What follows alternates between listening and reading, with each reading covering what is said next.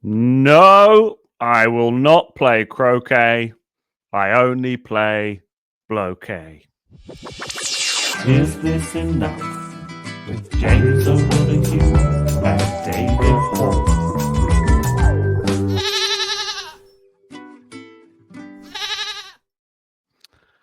Hello and welcome to episode 41 of Is This Enough?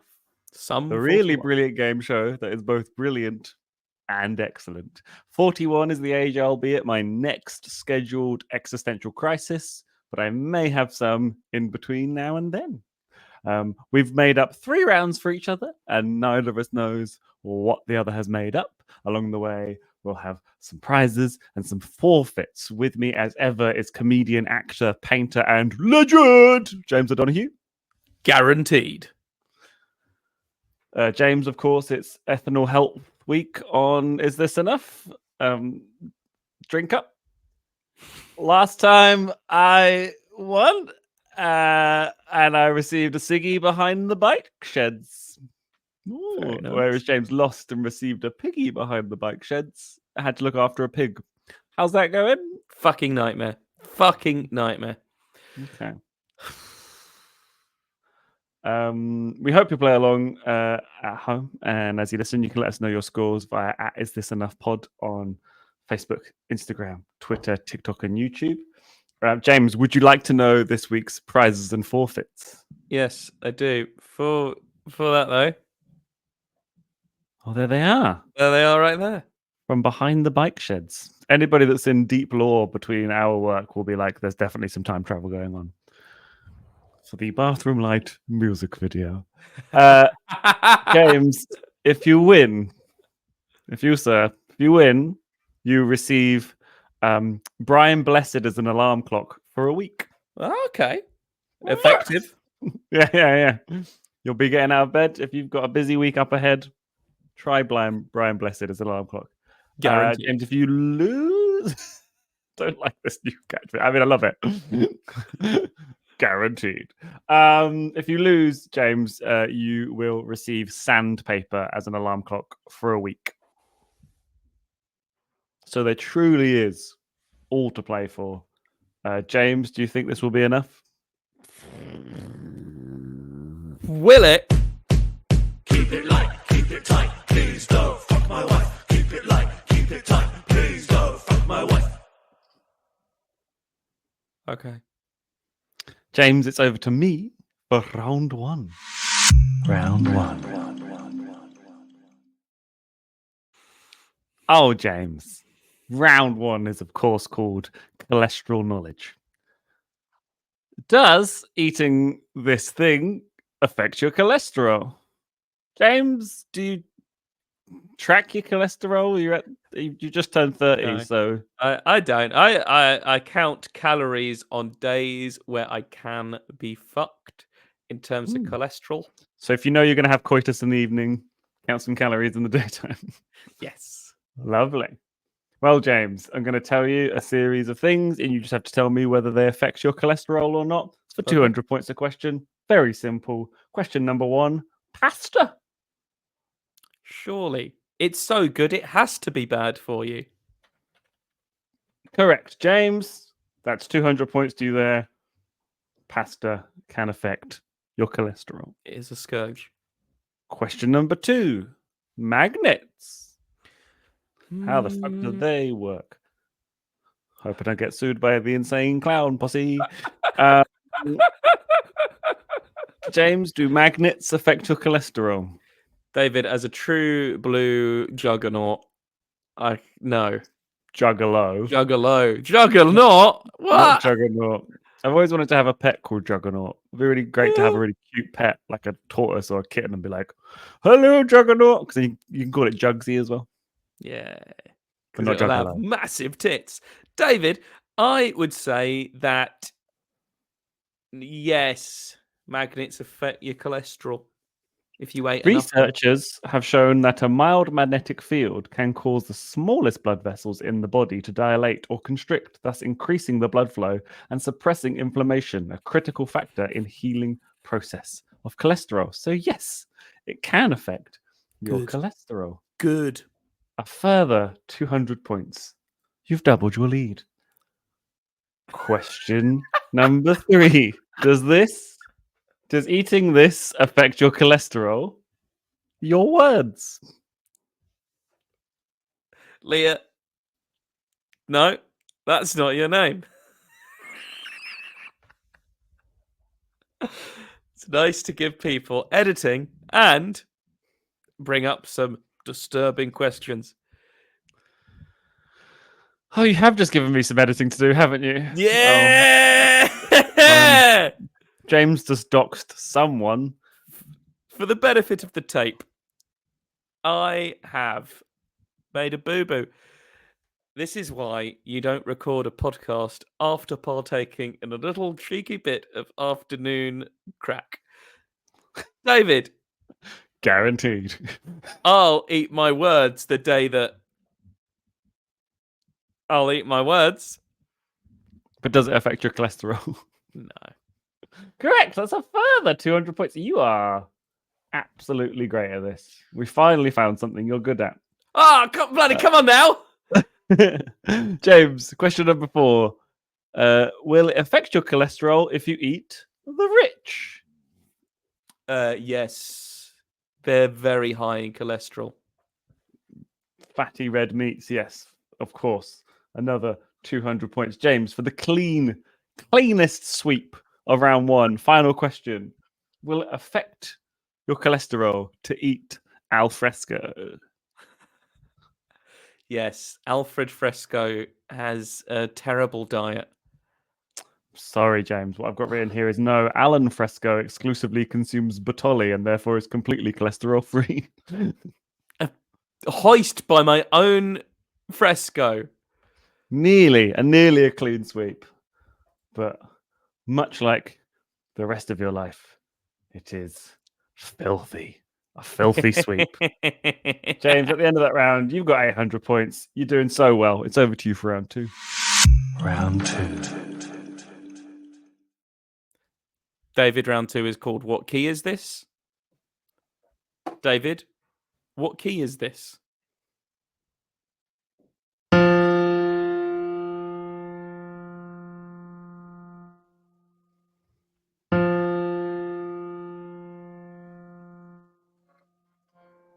F. That is correct. Well done, David. Cheated a bit, but yeah. You have been given 333 points. Well done. David, what key is this?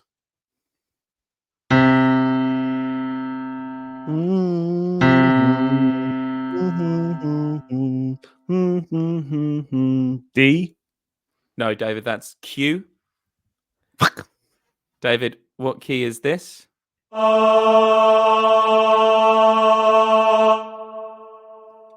Gonna try and game the system here, James. Is it chub? Yes.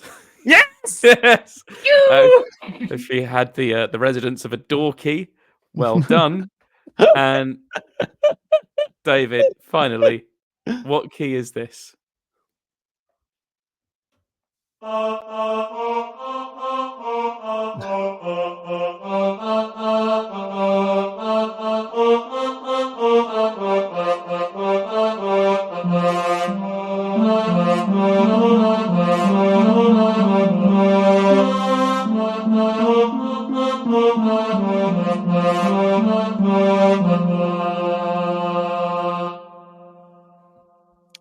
Really says a lot about how sort of gammony you are that was the best piece of music you've produced so far. Is it Land of Hope and Glory? Oh, no, David, I'm sorry. That is the key of hope. The hope that one day we might rejoin the precious European Union. That's why me and 10 60-year-old Lib Dems protest outside of Parliament every Wednesday. So I cannot give you the points for that. That's also Ode to Joy, which is the... Oh, it's not Land of Hope and Glory. No, oh, no, Land of Hope and Glory is... Yeah, sorry. this is the unofficial anthem of the European Union. Oh. Wow, you're so ungammony, aren't you? That's right, David. Fucking vegan. I tell you what else is gammony, though. This bloody pig! It's running around everywhere, David! And that brings us to round 3. Well, before we go, actually, let me tell you something for nothing. You've got 666 points. The number of the beast. Whereas I've got 800 points. The pig. You've got the number of the beast. I've got the number of Mr. Beast. And I'll fucking call him. Mm-hmm. David, it's round 3. Round 3. The number of the yeast. James. I did just say a joke whilst you had some water in your mouth, which is dangerous. James, round 3 is, of course, called What Have You Consumed? James, what have you consumed?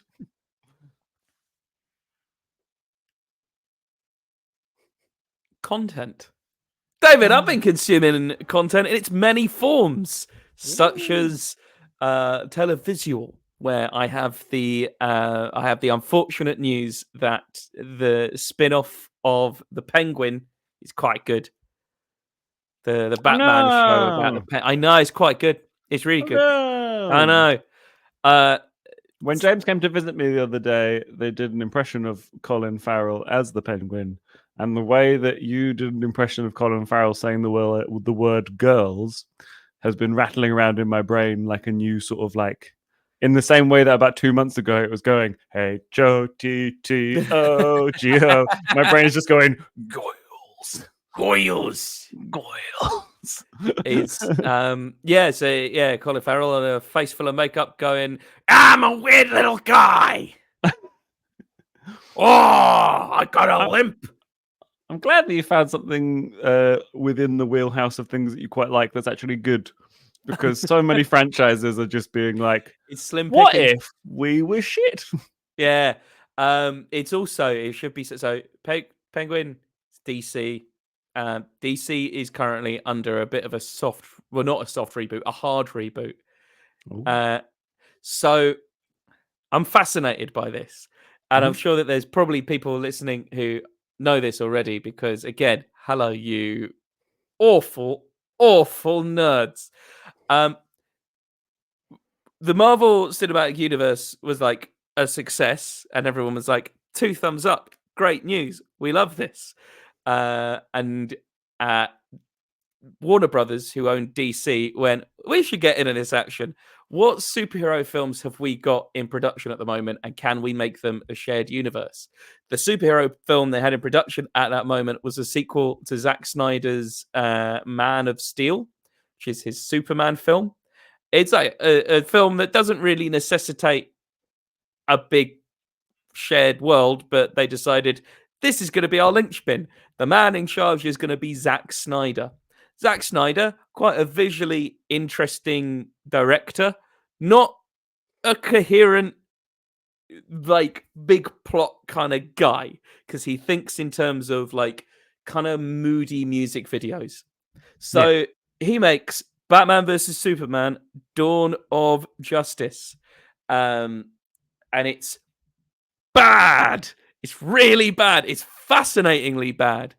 Then that shits everyone up. And the next film they had on their production line was Suicide Squad. And it gets re-edited and then is bad. Really interestingly bad. Then they make Wonder Woman, who the studio didn't give a fuck about, so they didn't interfere. And it turns out that it's good. It's solid. Good stuff. Nice one. And then they make the Justice League, and it is so bad. During production of the Justice League, Zack Snyder leaves because of a family tragedy. Turns out he didn't leave because of the family tragedy. He got kicked out, and Warner Brothers said, this family tragedy is the reason we're going to give the press for leaving, but really, we're just firing you because Warner Brothers are fucking dogs. Absolute fucking dogs. I didn't know that. So then they released the Justice League, and it's bad. It's stinky. They got Joss Whedon to do another pass at it. Apparently awful on set, bullied some of the cast, bullied some of the crew. allegedly. Real dog of a bloke, allegedly. Then it looks like the DC universe is kind of over, and there's some kind of side films that aren't connected to anything that come out, like The Batman with Robert Pattinson, and The Joker with The Joker. The Joker is very cheap to make, makes about $1 billion in the box office, and they go, okay, we'll make a sequel for that. That's just come out. Bad! It's really bad, apparently. And it's bad not due to studio interference. It's bad because they didn't know what the fuck they were doing. And it's quite a boring version of a character that a lot of people like. Anyway, that doesn't really matter, because back in the mainline DC, what's happened is everyone's kind of shitting themselves. Now, at this point, I imagine there's a guy in the Warner Brothers office called the reboot button guy, and he's got his hand over a big red reboot button, and he's there going, I'll fucking do it, man! I'll fucking do it! You just make me! I'll fucking do it! Meanwhile, Warner Brothers are going, what are we going to do? What films have we got coming up? Well, we got this film called Black Adam, starring Dwayne "The Rock" Johnson. That's been in production for about a decade at this point. It was put in production so early, The Rock had hair. And then The Rock walks into this room and goes, I see you guys are lost. Let me sort this all out. It's now The Rock's franchise. And he puts himself as Black Adam right in the middle of it. Black Adam is the villain of a character called Shazam. Usually called Captain Marvel, but then they can't do that because of Marvel. The Rock says, well, for my next film, I don't want to fight Shazam. That sounds boring. I'm going to fight Superman. Superman at this point is basically being shelved as a character with the DC films because Henry Cavill kind of wanted to carry on, but one of those wanted to kick him out. It was all a bit messy, but either way, he appears at the end of Black Adam and goes, I'm gonna bloody fight you, Black Adam. And they go, whoa! And then that looks like that's the future of the DC films. And it's going to be bad because Dwayne "The Rock" Johnson is now in charge of this film.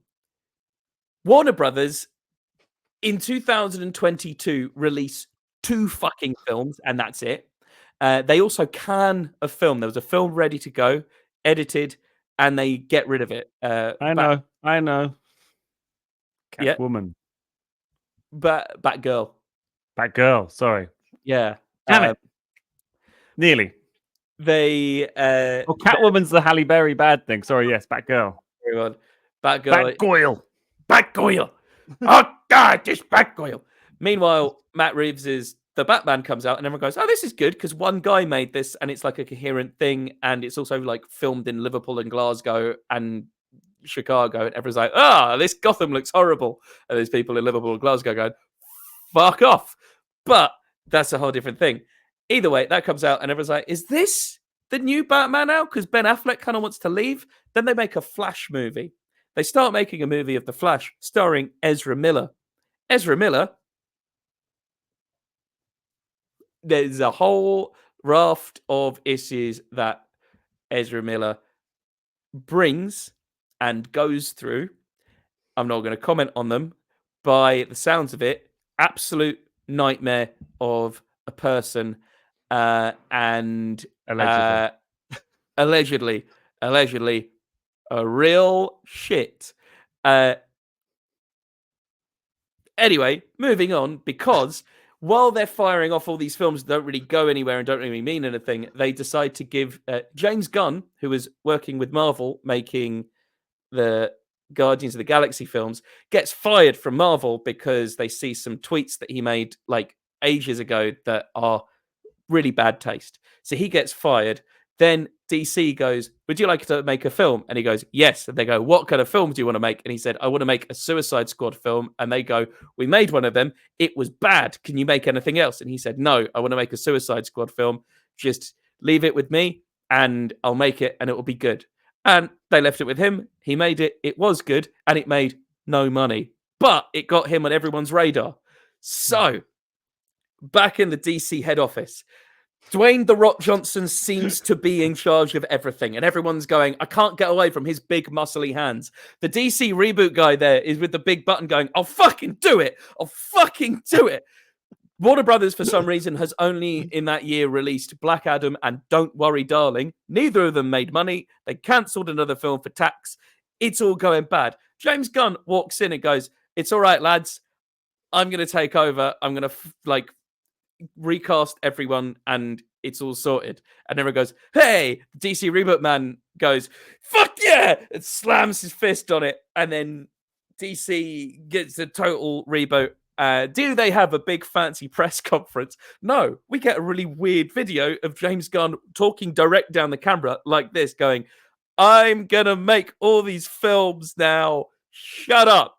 He literally says, we all know it's been a shit show, which is crazy. Meanwhile, all of this is happening. He gets rehired by Marvel to make the third Guardians of the Galaxy film. He makes it. It's quite nice. It's a nice send off to the franchise. And now he's in charge of DC, and they're releasing pictures of it, and they're making a Superman film coming up where they've also announced that one of the characters is going to be Crypto the Superdog, because fuck off. It's all nonsense, and that means it's all canon. You can't tell me that you like the grim and gritty stuff.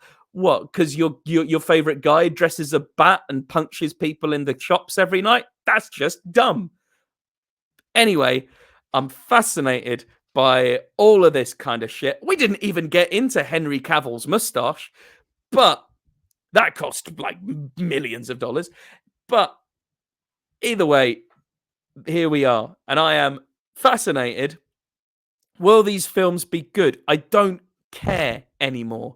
I've kind of grown out of superhero films as a going concern. I really care about the production side because it sounds crazy and fascinating, and I'm always like, what kind of money were you spending on this mustache? What kind of money? Why did you reshoot it with this? What do you mean that this wouldn't go well with China? So you had to think of a character. What do you mean all of this? Just fascinating stuff. Either way, that's what have I been consuming? Been consuming The Penguin and a Naomi Klein book called The Doppelganger, which is frying my brain. It's really good. But I've also been thinking a lot about this kind of the superhero side of stuff because one of the last conversations I had with my little brother was about the upcoming Batman versus Superman and how excited he was for it. I've not really spoken a lot about my little brother on this, but yeah, he is sadly no longer with us. But his a lot of what I do is kind of about him in some way or other, and I think I'm going to combine the nonsense superhero stuff and the little brother and figure out what to do that way.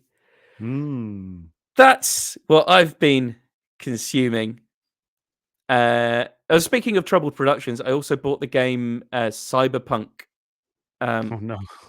It's fine. All right. I think they fixed it all by now. But when they fixed it all, it literally was so broken they took it off stores. Yeah.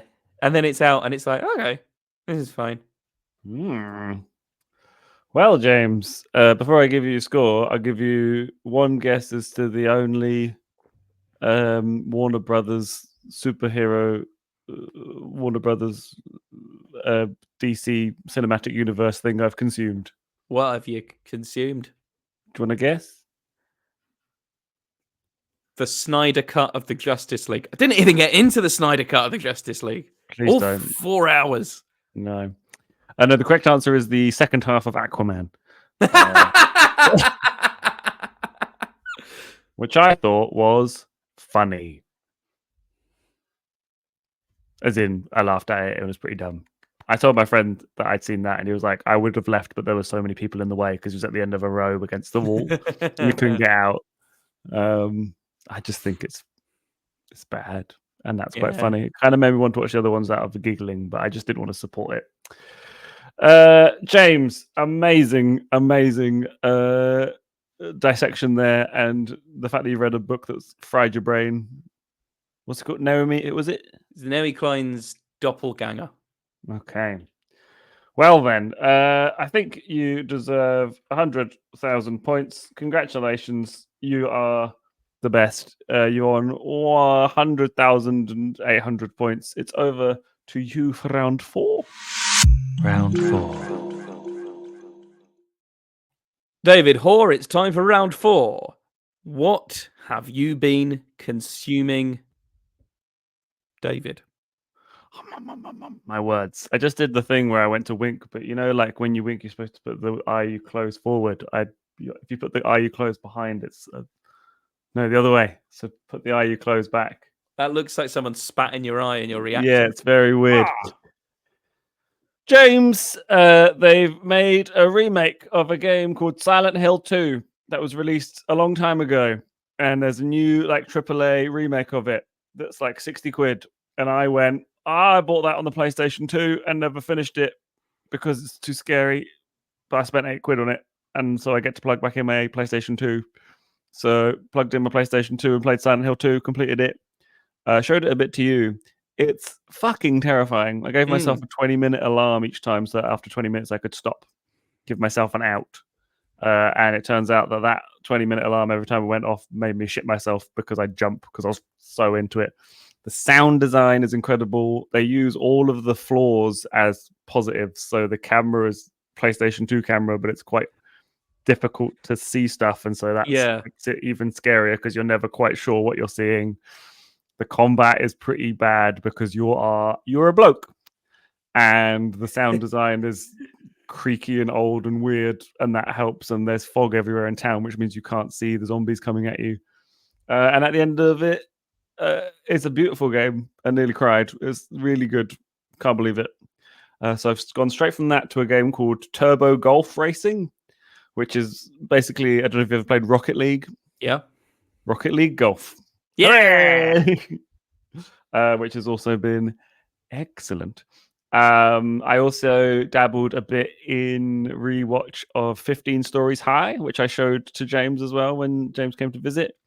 For my money, one of the best TV shows ever. It's got Benedict Wong from the now Marvel Cinematic Universe, but this is his first role. It's the Sean Locke sitcom written by Sean Locke and Mark Lamar. And what did you think when you saw it? I thought it was a really good and really interesting and weird show. And it was very funny, and it was also I respect the balls of making this. Yeah, it got a bit. It's one of those shows that got completely shafted by like time slots and stuff. Charlie Brooker really championed it. Yeah, Charlie Brooker really championed it on Screenwipe, which is why I ended up watching it because I just love Sean Locke, and then finally watched it and was like, oh shit. I think I'd seen a bit of it, and then I mentioned it to my flatmate, and then he watched all of it, and he was quoting stuff to me that I hadn't actually seen. I was like, shit, I need to get up to date. And I still say that the last 3 episodes of that series, the last 3 episodes of series 2 are like 3 of the best episodes of television like ever. But yeah, I love it. I highly recommend watching more. If you've not seen it, it's basically Sean Watt gets a new tenant in his flat who's Benedict Wong. There's kind of running themes, but they keep on cutting away to other flats, and they're not exactly connected to the story. It kind of feels like a skit, but sometimes it's kind of folded into the theme. Sometimes it actually is connected to what's going on with Sean Locke and Benedict Wong. It's just, I think Sean Locke described it as it's kind of like a dank, dingy flat with bad lighting. So everyone looks at it and thinks it's going to be like sad and depressing. And then the humor is incredibly silly. Yeah. And very light. And I think the juxtaposition is really, really wonderful. Yeah. It's got some really silly and really dumb jokes. And it's good. Big recommendation. I've watched the first 3 episodes of a new show and given up. Oh, no. Because I might have mentioned this to you before. As soon as we get into hijinks, my brain switches off. Okay. What does that entail? where it's like my main example of it, and this isn't quite it, but like my main example is the film that drove me insane was Weekend at Bernie's. Have you seen Weekend at Bernie's? No, I know the main.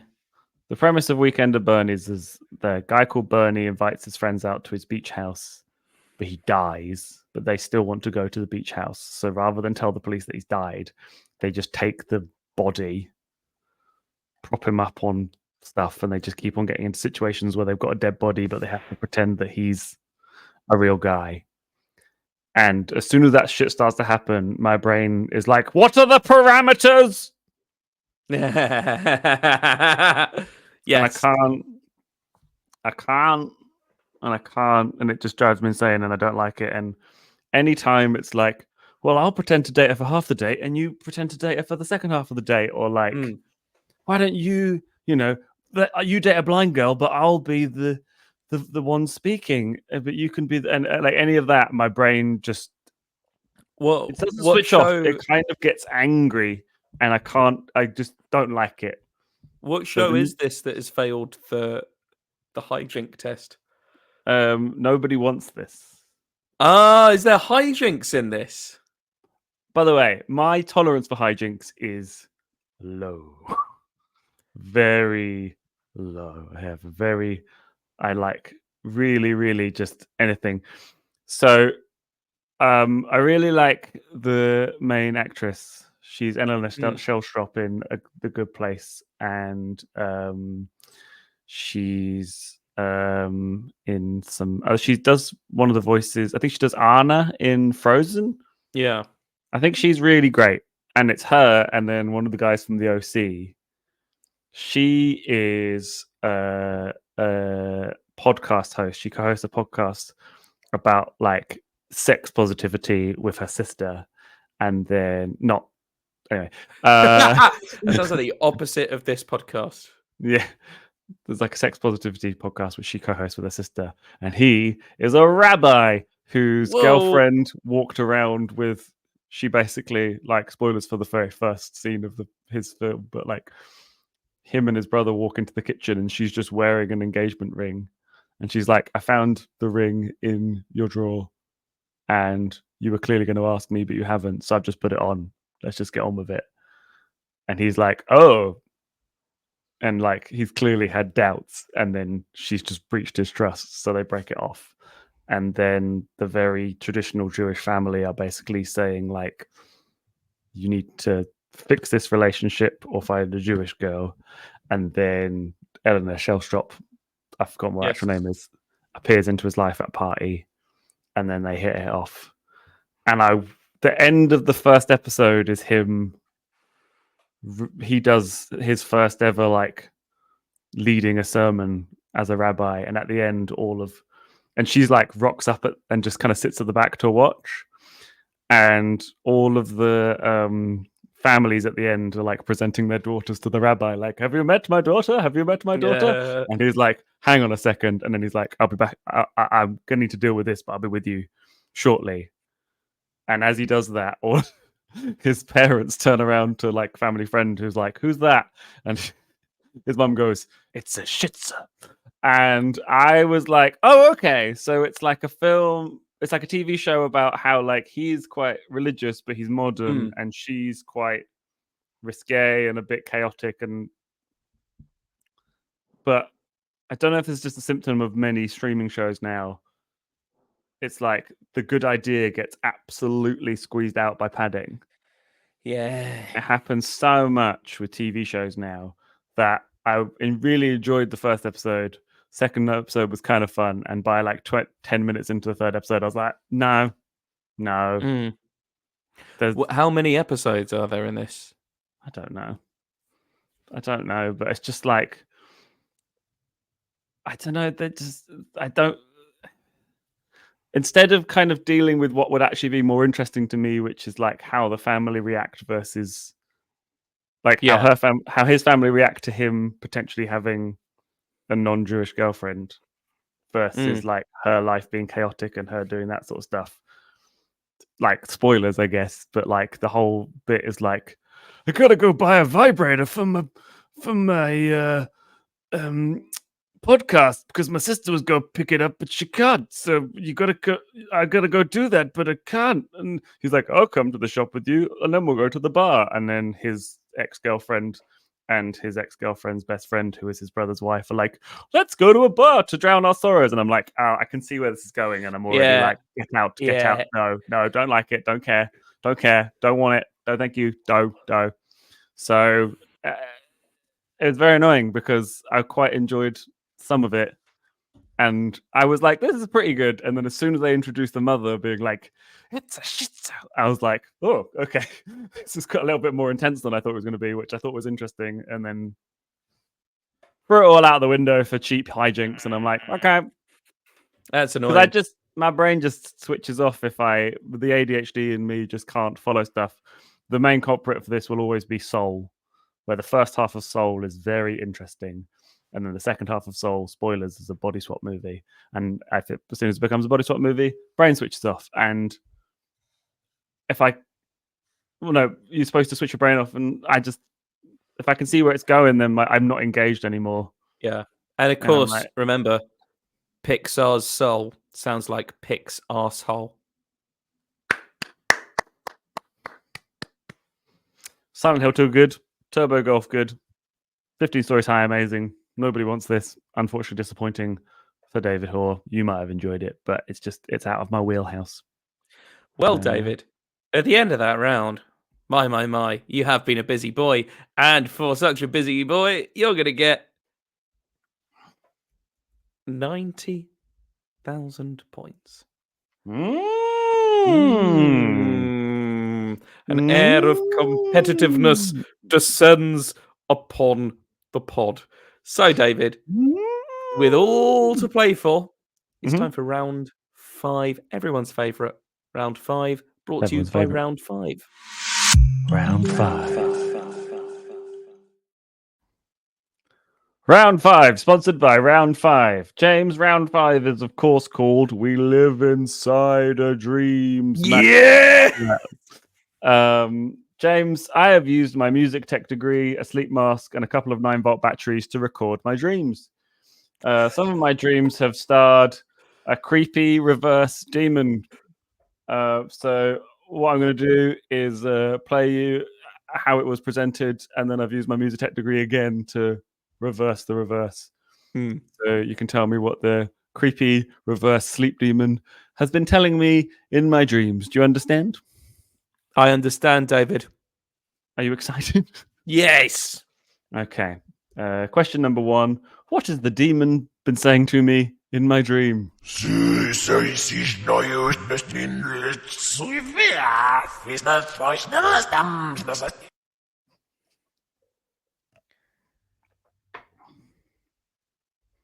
Oh, that's a creepy demon.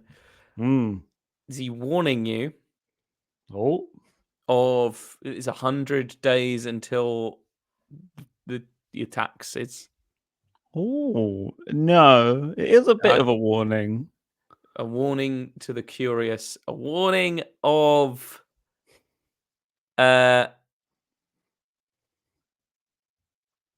overfilling the month of December. Oh, no, James. Unfortunately not. This is what the demon was actually saying. It doesn't matter that you're 35. You still need to do your GCSEs. Oh, no. No. That's horrid. It is horrid. So no score for you there. James, question number 2. What was the sleep demon saying to me in this dream?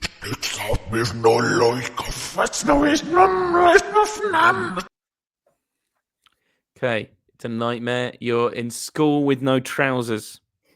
Oh. No. You're weirdly closer to the next one, but not this one. You have to drive everyone to hospital, but you can't remember which is accelerator and which is brake. Is this a recent bad dream you've had, James? Yeah. No, unfortunately not, James. This is what the demon was actually saying. Man from Del Monte wants to fuck your laundry basket.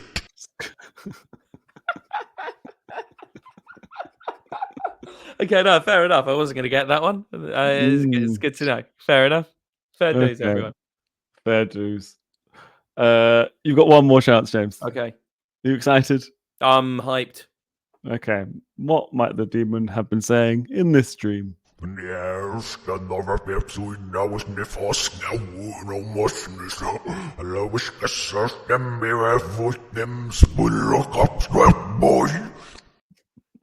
Okay.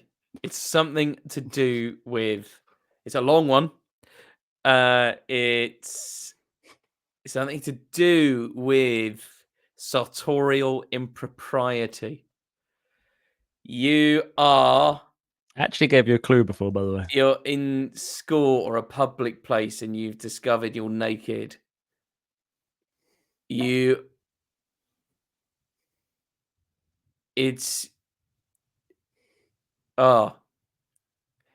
court only to discover that you aren't wearing trousers. It does involve trousers. Okay. You are trousers. Thank you. That's It's my favourite word in the English language, everybody. I'll give you one more shot.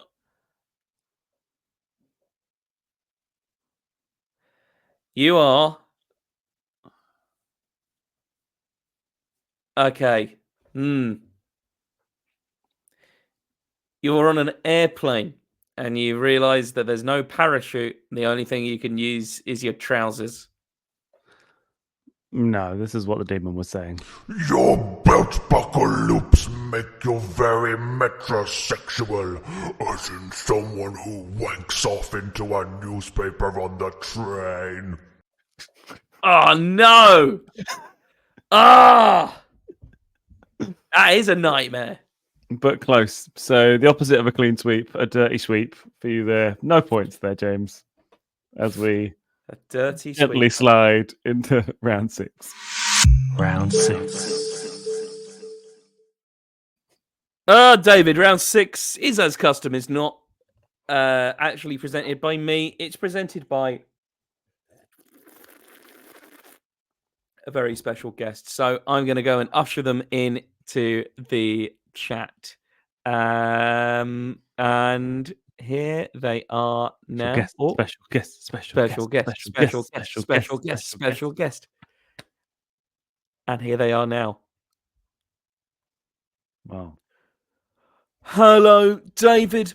I'm Robert Peston, who you might recognise from being on the news and being the political editor of ITV and the host of the game show Peston Bitchface, in which people have to guess the expression I'm displaying on my oddly tight head. As you know, politics is a dirty business, and as I'm sure you're aware of, sometimes you have to take matters into your hands. And such, on cold, dark nights, I can be often seen dishing out my own form of justice because the courts don't work. The police are corrupt with money from the Moroni and Falcone crime families. As such, I have to take the law into my own hands. When I don my mask and armour, I dish out justice to wrongdoers. I often record the audio for my own protection, and I've got some audio files. I want you to listen to them and see if you know who is protesting their citizens' arrest. So join me as we play Who's Peston Arrestin'. All of these are worth 666 points because I've done a deal with the devil in order to dish out justice. So, who's this first arrest? Let go of me, please. David, who was that protesting their arrest? Was it Keir Starmer? It was indeed Keir Starmer, David. So as such, you get 666 points. David, next up. Let go of me, please. Is that Keir Starmer again? It's not Keir Starmer, David. It's the Chancellor Rachel Reeves. They have very similar voices. Robert, one Thirdly, day, my co-host, James O'Donoghue, who's sort of disappeared, I don't know where they've gone, had to explain to me who Rachel Reeves was. So I was like, is that Keir Starmer's wife? And James said, no. no, but politically, they have got quite a tight partnership. Robert Peston, ITV. Who's protesting their arrest here? Let go of me, please. Who's the other one?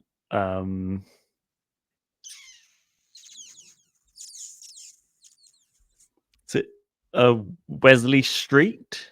It's absolutely Wes Streeting. Oh, Streeting, sorry. Yeah. Full name Wesley Snipes Streeting. Well done. That's another 666 points. What about this? Who's this being arrested? I'll fucking snap your neck in twain, you little Tory runt. It's either Liam Pickford or what's his name? Andy Burnham? Oh no! It's Pointy. I'm gonna grab the staff and run out of the door. Oh, what's his name? I haven't thought about him in a while. Oh, I can't remember his name. I know who it is because he's the sort of guy that tries to be threatening, but he's like, "You should be very careful," rather than like saying what we're actually wanting to say, which is like, "You're ruining the country." Remind me, Robert, who is it? David, it's actually not. I think you were thinking of maybe the Speaker of the House, Sir Lindsay Hoyle. No. No? Well, David, unfortunately, it's not him then. It's actually former Chancellor of the Exchequer from 2015 to 2020, John McDonnell. Yes. Okay. That wasn't who I was thinking of, but yes, carry on.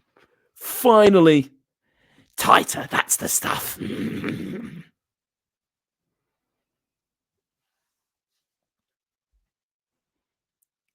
Oh, I mean, it was horrid. I don't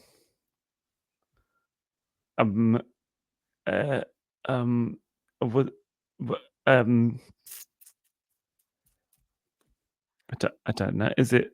I forgot the name of all the politicians. I can see them in my head, but I've suppressed their names as a form of avoiding trauma. Was it Little Miss Sunshine? No, David, I'll give you a clue. Her defense in court was beep, beep, out of my way. I'm a fucking bus. Is it Theresa May? No, David, it's Liz Truss. Shit! So I can't give you the points for that. David, at the end of this round, it's been a good campaign. You've got yourself 91,998. But will that be enough to get you over the line? You'd make a fine vigilante, though. Unfortunately, that would be illegal, and I would have no choice but to arrest you as well. Robert Peston, is this enough? Thanks, Robert. Bye, I guess. We'll go over to the results and see whether James appears again. He's still in the room. He's just stood stiff as a board, just moving over slightly. It's really weird. Very stiff. James, at the end of episode 41, and what an episode 41 it's been. Of all the episode 41s, it's one of my favourites. I have 91,998 points, which on any given Sunday would be probably good, but we're recording this on Friday the 25th of October, as we did the previous episode. So it's not enough because James, with 100,800 points, you have won Brian Blessed for a week as your alarm clock. Whereas as my forfeit, I have to use sandpaper for a week as my alarm clock. How do you feel about getting Brian Blessed as an alarm clock? The system works, David. It certainly does. James, if people want to find us online, they can follow at Is This Enough Pod on Facebook and Instagram and Twitter and TikTok and YouTube. If they want to find me, they can follow at David Hoare LOL on Facebook, Instagram, TikTok, and YouTube. Where can they find you? David, if people really want to find me, then they can summon me using the lesser key of Solomon. Or they can find me on all of my socials. So on TikTok, that's Let the James Begin. And on Instagram, is that James O. Yes, I nearly just said on tits. It's not even that. You just went on Tid. On Tid. Are you on Oh, Tid? no. Do you want to follow me on Tid? Give us a follow on Tid, guys. If you subscribe to me on Tid, you'll get extra titillating content. That's Tid. James, do you think this has been enough? Just about. Just about. Fantastic. We'll see you next time for more enough. But until then, good.